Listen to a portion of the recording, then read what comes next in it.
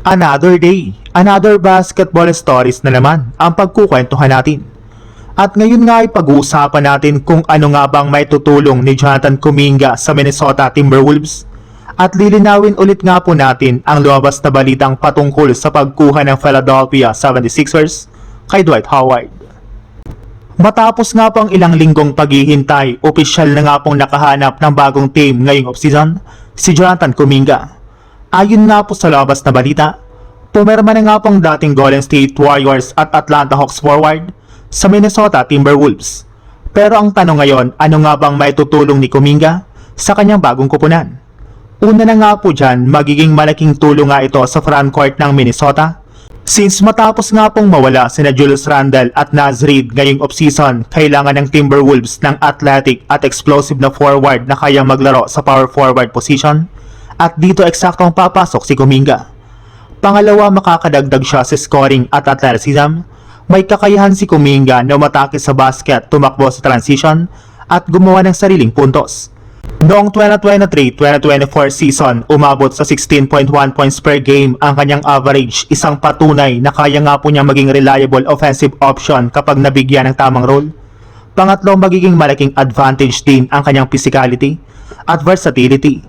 Sa halip na iasa lahat kay Anthony Edwards, magkakaroon na ang Timberwolves ng isa pang player na kayang umatake at mag-pressure sa depensa ng kanilang kalaban.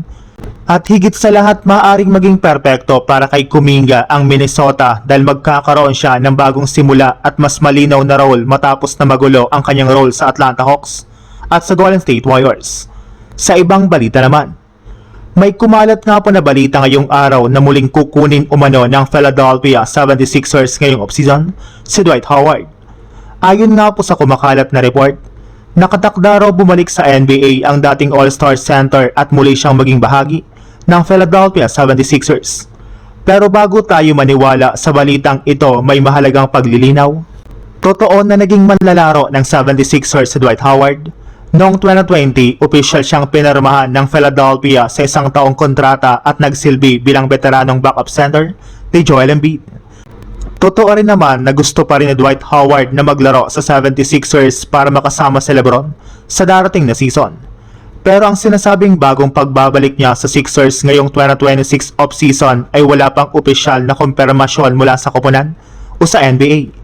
At mas mahalaga, si Dwight Howard ay opisyal nang nagretiro sa basketball noong March 12, 2026 matapos ang mahigit isang dekada niyang karera sa loob ng NBA.